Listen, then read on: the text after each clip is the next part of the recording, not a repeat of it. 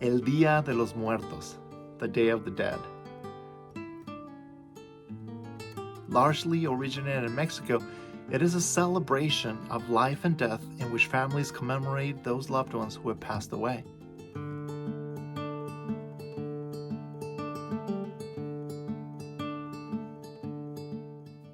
My name is Fernando Alcantar, and in my book, To the Cross and Back, I talk about some of the experiences of growing up in Mexico, surrounded by some of the most colorful, ancient, and complex traditions.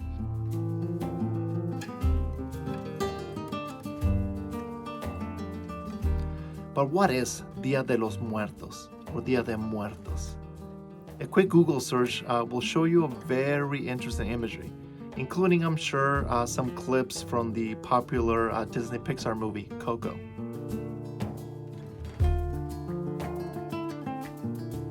You see, growing up in Mexico at the end of October, we all knew it was time to start preparing for the meaningful holiday that would take place during the first 2 days in November. We start collecting old pictures from our loved ones who have passed on to add them to the ofrenda, the offering. Also, we get their favorite albums, their favorite snacks, their favorite dishes, cigarettes, booze, soccer jerseys, football, and other items that would remind us of the essence of those who are no longer with us.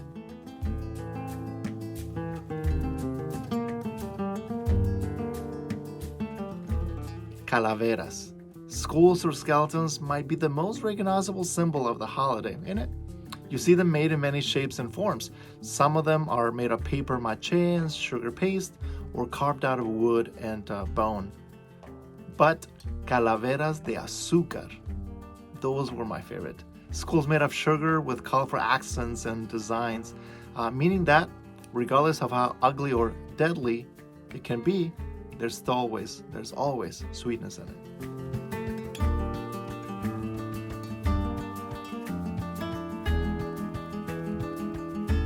La Catrina.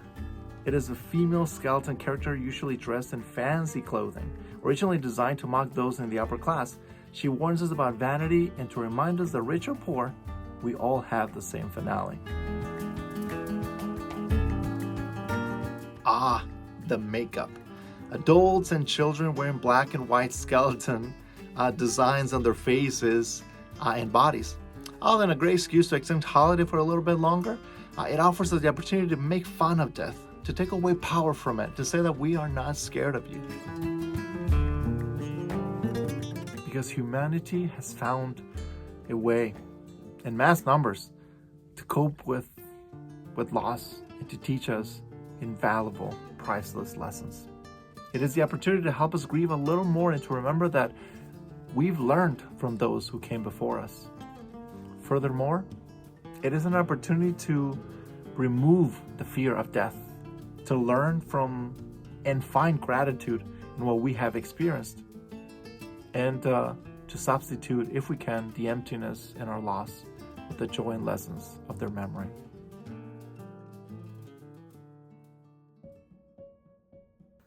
On June 12th of 2016, over 300 people gathered at the Pulse nightclub in Orlando to celebrate the end of the weekend, to let loose and to feel as free as humanly possible. They danced, they drank, they laughed with loved ones, flirted with cute ones, and forgot for a few hours about the stress, obligations, and routine of daily life.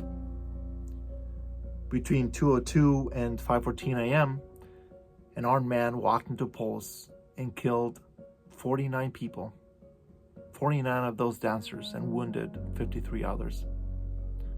Pulse was a popular spot for the gay community, which on that night celebrated Latin Night, the majority of the victims being gay and Latino.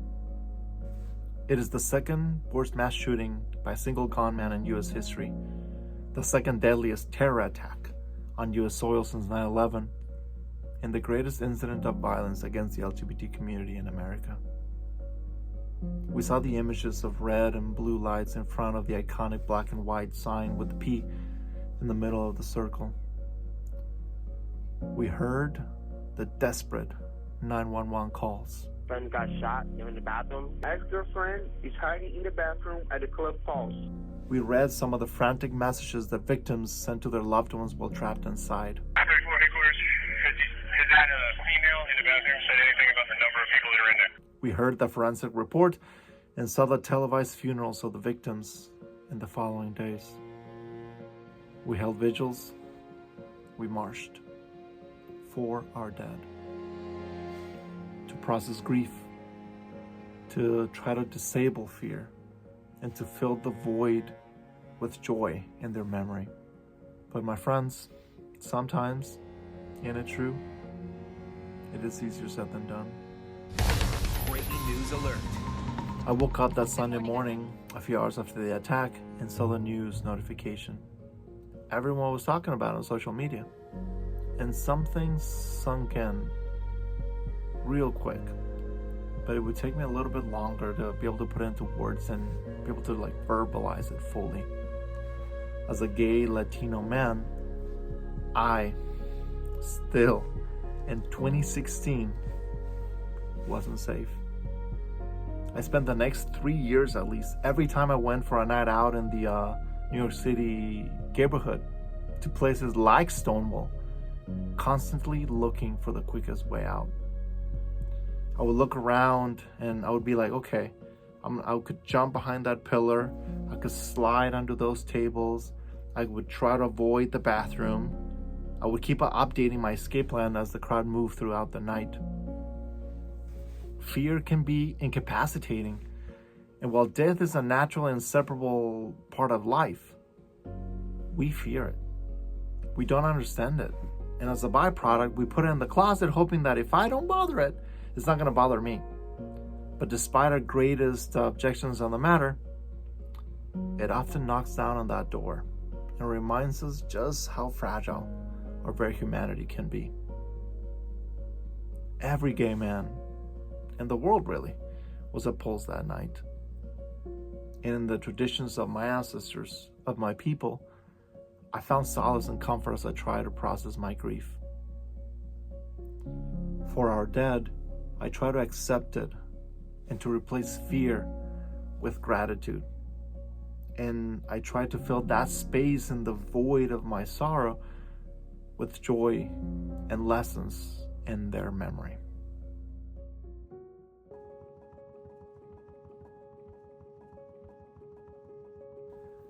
Just a few short months after the attack, I invited and was able to host some of the survivors who were at Pulse that night, who ran and hid for their lives, who lost many of the people they loved very, very dear.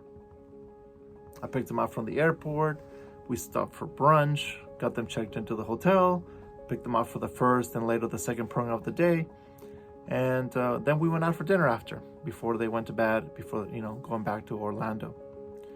And it wasn't those in-between moments, the car rides, the meals, the pauses between microphones and cameras, that they shared the stories of what they remembered and how they remembered it. They actually seemed surprised that I knew, or seemed that I knew in some ways, more details of what happened minute to minute, because while I was glued to the TV trying to figure out what happened and why it happened, they were still in shock. They were grieving and living the experience we were all talking about around the water cooler. While we were analyzing and thinking of what to do next, they were having funerals and saying their goodbyes.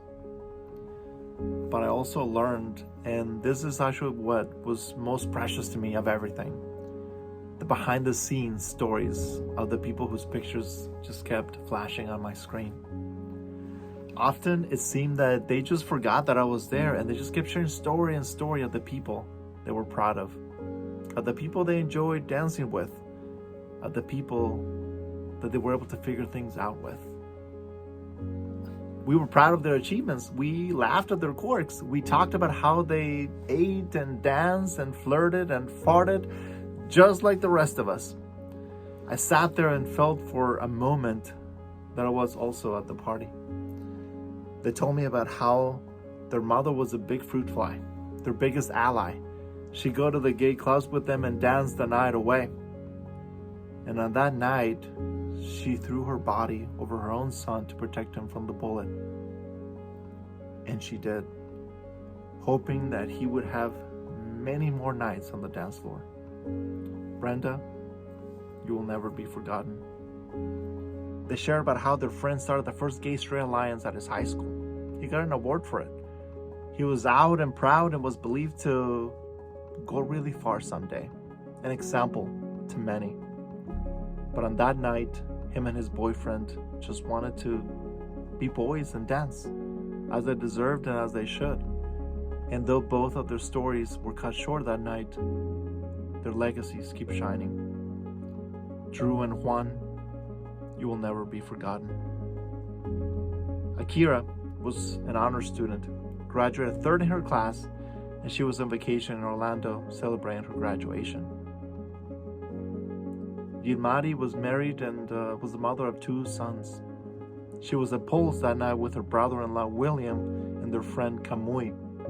Jonathan Kamui had transferred from Puerto Rico to work as a crew member on the Telemundo hit show, Level's Kids. Only William survived after being shot twice. Alejandro had just moved a year ago from Cuba, seeking a fresh start and a fruitful future. Tevin was voted West Iredell High's unsung hero. Corey wanted to be a firefighter. Juan Rivera had people driving over an hour just to get their hair done by this guy. And there are many, many more stories. And though we still mourn their loss, we also rejoice because they lived, because they made memories with us, and we made memories with them.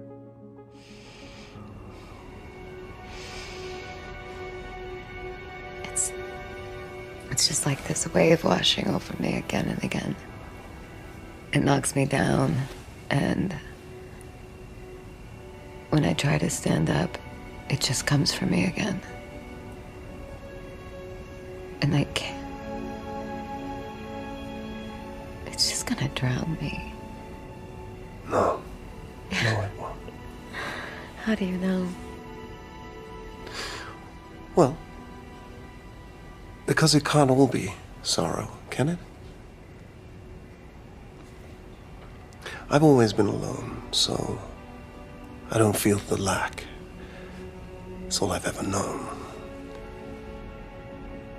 I've never experienced loss because I've never had a loved one to lose. But what is grief, if not love persevering? We grieved their departure because we rejoiced in their presence. Our lives were made better. We're given significance. We're given color because they were part of it. And we can't forget that.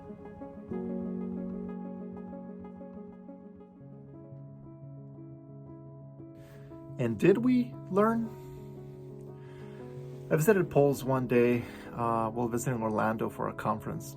It was now a makeshift memorial with images and cards and flowers, flags, banners, and stories of the victims.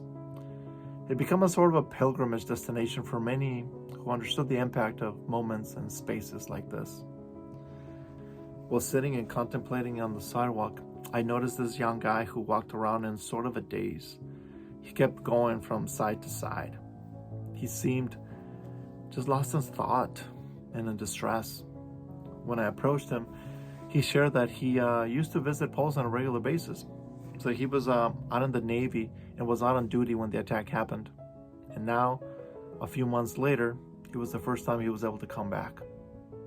He was shocked, broken, to see his old playground now just surrounded with a huge fence and yellow tape.